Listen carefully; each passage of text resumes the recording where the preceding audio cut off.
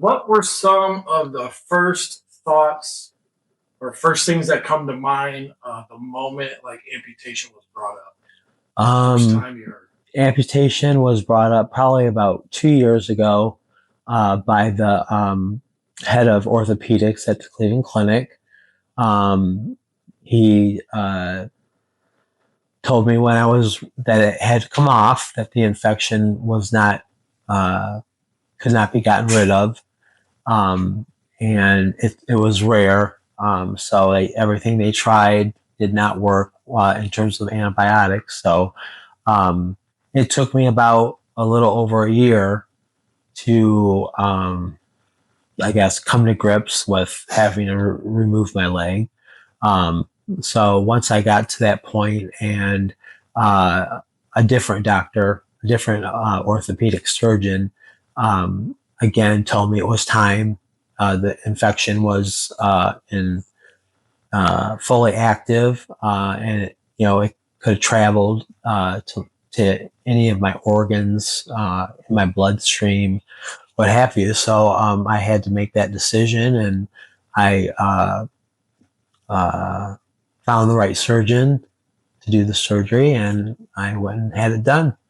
So you tried like antibiotics and stuff for a whole year, and that's was that the timeline the doctor gave you, or were you trying to I've been save it? actually on I've been actually on antibiotics for about 5 years. When I had my last set of 4 surgeries, after each surgery on my knee, it became infected again. Uh, so I went basically with my leg was kind of peg legged. So I had to wear a big post operative brace on it to keep it secure, and they didn't want it to buckle or bust or anything like that. The infection would have gotten worse. Is there anything you wish someone had told you in the hospital that nobody did? Um, I wish somebody, when it was decided that I was not going to go to acute rehab because insurance didn't cover it, I went home after 8 days of having my leg removed. Um, I would have liked maybe physical therapy, occupational therapy, maybe to give me a little more direction for when I got home. Because when I got home, I pretty much discovered that I was a little bit out of my depth. That um, just not having the leg, and being dependent on this one, which I do have some problems with this knee, not like this one. I don't have an infection or anything, just a bum knee. That was the only thing I had to depend on. So with me using a walker and hopping around on one leg, 1 foot, was a little trying. But you know, uh, you learn to adapt. At least I did, anyways. I just took each day as it came, and tried to be as careful as I could be. I definitely had some falls, and luckily didn't get hurt or anything like that. So you just learn to manage. And then luckily, after I got my first prosthetic here, I was allowed to go to acute rehab, um, which was awesome, at Firelands Hospital here in Sandusky, Ohio. They just have a fabulous program, and they just worked with me with the prosthetic, which is something I would not have been able to do if I would have gone to acute rehab in the first place. So I try and look at it as a better situation that I had. Even though that time was a little difficult, you get through it. And then when I got my prosthetic, was allowed to go to acute rehab, it was a great experience. I felt I learned a lot, and um, they took excellent care of me, and so it worked out in the long run. What was the toughest part of recovery for you, and how did you push through it? The toughest part of recovery was being here independently, um, because at first I didn't have home health aides or anything like that. And for me, it was all about my attitude, taking each day as it comes, sometimes moment to moment, it can be. But I just, um, I just really tried to push through it as best I can. I've had other medical issues that have, I don't want to say break me. They haven't broke me, but have, you know, I've had some low points. And before I had the surgery, um, I told myself that no matter what, I was going to get through it. And that's, and I'm still on my journey. I'm still doing that. But there were definitely difficult days, difficult moments, and I just wasn't having it. And I just pushed and persevered the best I could. And it kept getting better and better and easier and easier. And, of course, I have my first prosthetic. I still use a walker, but it's just, right now it's just a process of learning to walk a little more fluid with more fluidity. And, my posture, my head, not be staring at my feet all the time. And just, do the best I can. You've only had your leg for a month, which is crazy. Right. What would you say has been the easiest part and then the hardest part?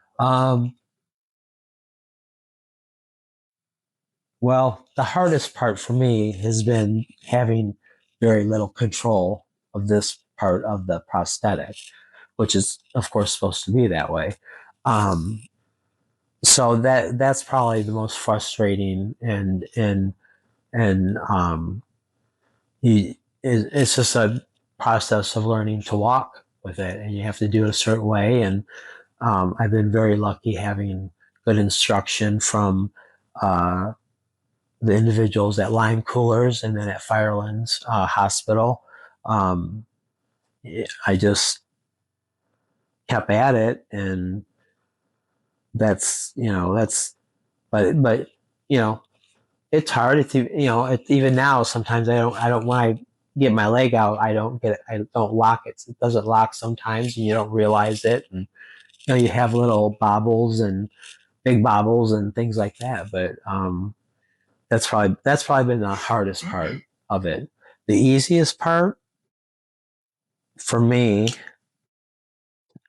once I got the prosthetic, was mental. It was very mental for me. It was very, mental, like good. It made you feel better. Yes, or, okay. yes. Just standing upright again. This is probably. I mean, standing up to pee. Standing up. That's what every guy says. Standing up to pee was a good moment. I took that walker in there, and that was a good moment. But outside of the not having full control of it, it gets frustrating, and you start to, at least for me, I don't want to say be careless, but you get more and more comfortable with it. So I stand further away from my walker, or, things like that. So I have to put myself in check, and make sure that I'm being safe. But now, just being upright, just having it, and being able to look down and see something there, was really good for me. And just, the first steps I took at Leimkuehler's, it was amazing. It was emotional, but it was amazing. Yeah. It was emotional in a good way. So, can you talk about how you've been able to stay so positive? I just told myself that it was going to be hard. I told myself that it was going to be mentally challenging, and I just told myself, no matter what happened, if I fall, if maybe I'm experiencing phantom pain or whatever else, I know it'll pass. I know that moment will get better. The next moment might be better, and I just look for the positives. What was the most confusing part about getting a prosthesis for the first time? Probably kicking this thing out. It just, and for me, when I first started, when I was using the bars to walk for the first time at Leimkuehler's, it was, of course, getting this lower section to flick out when I'm taking a step. Um, and, I was constantly looking at my feet and hunched over. And, but, it, for me, it got easier very quickly. I just kept doing it. And when I had my prosthetic, I wore it every day. I've worn it. There's not too many days that I've missed, and I wear it for a pretty long period of time throughout the day. I put it on at 8 a.m. and I take it off probably around 1 or 2 in the morning. So I get a lot of activity, and I have great home health aides and great therapists, and so I just keep doing as much as I can, and trying different things too when I go out, in public. I when I'm in, like, for example, like the aisles in stores, I feel like I have that open space, and that's when I really go for it, and try and get again that fluidity when I step. I take my strides. I want them to be a little bigger, and I want them to be more fluid. So when I get out and about and I have space, that's for me, that's the fun part too. I try and You actually get the practice. Right, and it's not, and I guess that could be part of my attitude, but it's, I try and look at it as, I know I'm going to get to a better place, even though it's been fairly, well, not easy, but easier than I expected. Um, I just, I, I try to make it fun in some way. I don't know if I can, uh, explain that properly, but it just helps me. I just like when I'm going throughout my day, and it's going good, and I stop and tell myself and let myself know and remind myself that this is going really well, and try and enjoy it. Some people might think I'm crazy for saying that. Try and enjoy learning to walk again, or having a prosthetic and losing a leg, but that's just how I've had to do it, and it's made all the difference for me. What advice would you give a brand new amputee before they meet their prosthetist? Oh, that's easy. Without a doubt, find the right prostheticist. I knew right from the start who I wanted to handle my prosthetics at Leimkuehlers, and that would be one of the things that I would say to someone first is uh, find individuals that are extremely experienced with prosthetics, and learning to walk again, and just those different things. It's surrounding myself by the right medical professionals has made all the difference. What sold you that John cares and wants you to succeed? I've worked with John off and on for probably 30 years. I've taken all my 3 boys that I have. They all played sports, and people got hurt, and I've been hurt and things like that. So we've always gone to Leimkuehlers, and I've personally worked with John by far the most. So when I would go there, then I would request him.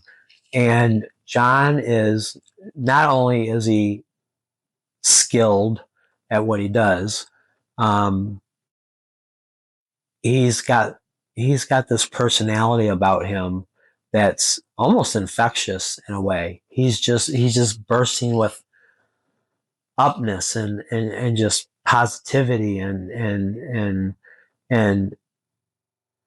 that he and his colleagues care, because they flat out just tell you they do.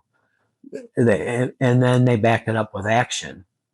And I mean, that's everything right there. Somebody can say they care about you and whatever else, and if they don't show that, then it doesn't have the effect that you want it to have. And he's just, and he's smart as a whip. I mean, he seems like he knows just about everything when it comes to this stuff, and he sits down and he talks to you like you're his next door neighbor. You go in there. I don't feel like a patient. I've go in there and I know I'm going to have a good conversation. I know I'm probably going to laugh because John's funny and he, you know, uh, makes jokes and kids around, and it's it's just made the process so far so much easier. And again, there's parts of it that I literally enjoy. I'm diabetic, so I was worried about healing, and I've had not one problem. Nothing's rubbing on me, with my prosthetic. I don't have any sores from the prosthetic or, nothing. So it's just, did you do anything different to heal? Was there anything the hospital had you do since you're diabetic to heal differently, or they're just like, let's see what happens? No, it was a let's see what happens situation, which can be, daunting sometimes, not when you don't know what's next in store for you. But I just I took that on with a good attitude too, and saying, I want to know what's next. I want to proceed with my journey in the best way I can. And so again, for me, it really boiled down to my attitude and and following that up with action. I mean, we can always sit and say, "Oh well, I'm gonna be positive. I'm gonna get through it. I'm gonna do this. I'm gonna do that." You can say those things, but if you don't do them, then that's where I feel if I didn't do that, I feel I would have ran into some issues. Well, how I looked at myself differently when I looked in a full length mirror. Um, at first, I didn't see myself. Um, when I got the prosthetic, I did. It was like instantaneous, because where I was sitting in the room at Leimkuehlers and the bars that you use to walk, learn to walk and use the prosthetic. There's a full length mirror right there, and when you're sitting in the chair, and April is usually the one that takes me into the room or has me go in there. And that chair, I sit down in that chair, and right directly is that mirror. And before I got my prosthetic, it was very hard to look at myself. That was, yeah.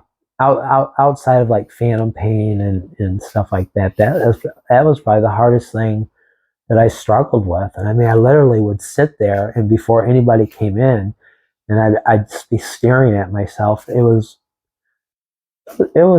difficult not to get emotional, but I get emotional about it now just thinking about it. But it'll pass. It'll pass, and that's what I had to keep telling myself, and also telling myself and letting myself feel what I feel. If I'm not having a good day, and things haven't been working right or whatever the case may be, I allow myself at least some wiggle room to have my feelings, if they're negative, if they're positive, whatever the case may be. But if they're negative, I I fight really hard to let myself have that moment and then move on and be done with it. It's over and done with. And even if the day doesn't get any better, by the end of the day, I I remind myself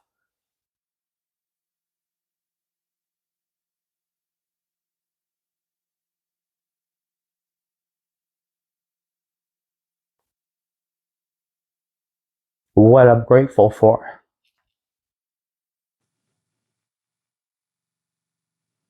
Yeah, And when I did that, it made all the difference. I saw myself again. You know, It was different still, but I felt whole. What's something so far that you're really proud about that you rarely ever say out loud? I don't actually. The only people I talk to about a positive attitude is, well, individuals that are close to me, but also you guys at Leimkuehlers. And when I go in there, and this is part of having professionals that do care. I go in there, and when I leave, I'm on cloud nine because I get compliments and I'm told that I'm doing well. And if I make a mistake, or I do something, a movement incorrectly, or I didn't kick my leg out or properly, or whatever the case may be, when that caring person, that person cares, and then tells you, say, hey, you got to try and do this differently or whatever else, it it has, for me, zero negative connotations. Sometimes you feel like someone's saying, oh, you got to do this differently, or you got to do this better, or whatever, and you can feel like they don't understand. But even take John, for example, even though he does not have a prosthetic, I think he really has a grip on what people go through, positive or negative. Was there is there any everyday tasks that are harder now after amputation? Yeah, pretty much everything. Pretty much everything. It's that's been a big adjustment for me. That everything I do is a little more difficult, but then you gotta take that mindset. Well, instead of it being difficult, let's call it different. Let's just learn how to do something differently. That is in itself difficult to do sometimes. Um, so I just, and everything, I feel like I'm going in slow motion because everything, I'm slow moving. And when you, in the morning, you're trying to get on your leg, or maybe it's not going on right or whatever, it just seems like everything you do takes such a long period of time. And and and I think that'll get better with practice. I'm very, I'm fairly new to this, so it's a learning process, and I allow myself that learning curve. But yeah, um, pretty much, pretty much everything is a little more difficult. But again, I just change it to different. In some of your story, I I do sit in wonderment a little bit. Individuals that have these kind of situations. They have prosthetics or whatever, and you and I have talked before. Watching someone, an athlete that has two prosthetic legs, jump hurdles or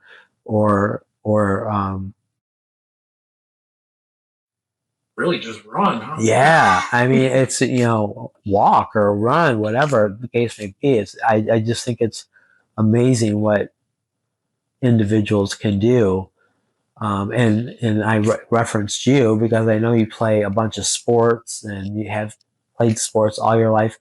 I can't imagine. I can't wrap my brain around having that at such a young age, or at any age in childhood itself, because there's so many more components to that situation. A kid's got to be in school with other kids and doesn't want to be looked at differently. And even as an adult, and getting a prosthetic as an adult, or having this surgery done as an adult, I don't want to be looked at differently either. Um, and unfortunately, some people do, but that's more on them than it is on me.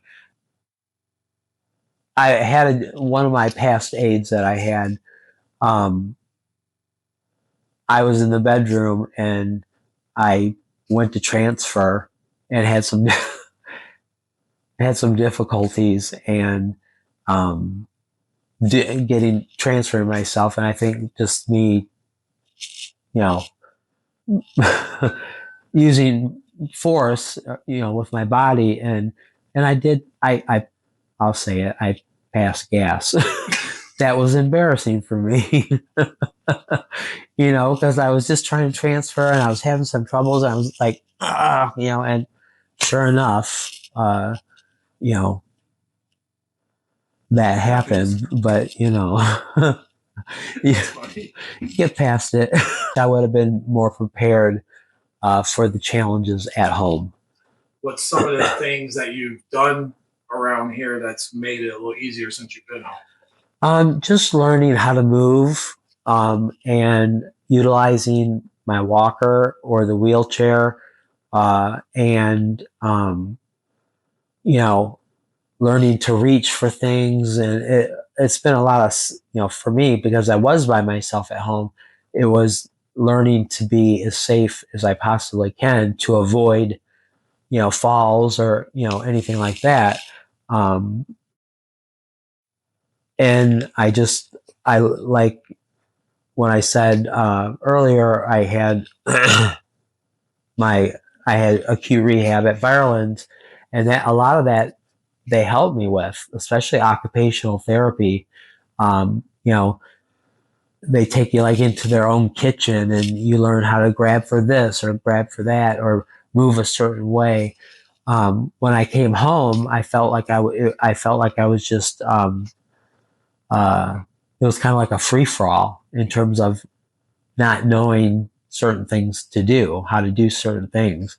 Um, and so that would be, if I had to do it over again, um, that would be something that I would have addressed very thoroughly. So that way, when I did come home, I, it would have been so unsafe for me, or anybody that goes home that quickly after having an amputation.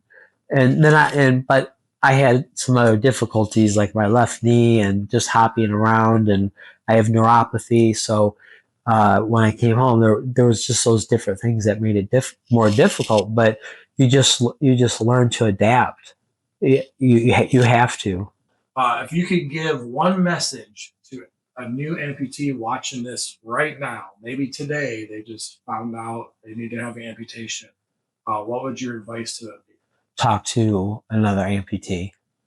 Um, Before I got my leg, after I had before I had my surgery, um, you and John invited me to a picnic at the Amherst location, and excuse me, and going to that picnic was kind of a game changer for me. I guess some might not think it would be that big a deal, but I went in there and I hadn't had an amputation yet, and I had people kind of swarm me in a good way. And I got to talk to other amputees, and I got to talk to people that weren't amputees that support amputees in terms of like support groups or, um, certain apps on your phone and being in touch with different people. I think that's the most important thing. I think that should be part of your support system, not just family or friends, but people that have had these experiences, and you find out the different ways they learn to adapt, you know, and you, for me, knowledge has been a big plus. Uh, Again, being around people that can give you that knowledge and do it in a very honest way. I mean, it's like the picnic that I went to. Nobody sugarcoated it, but that didn't make it negative. For me, it made it more positive because I was getting honest answers to my question, or I was having someone say, "Hey, did you experience this yet?" Or "Are you worried about this after your surgery?" Or whatever it may be. You know, again, just surrounding yourself with people that you can get knowledge from and learn how they adapted and their struggles, and then not just their struggles, but them coming out the other side, in the light, the positive aspect when you work through the journey, and and and as you go, um, just doing what you got to do, and talking to other amputees was really important to my journey.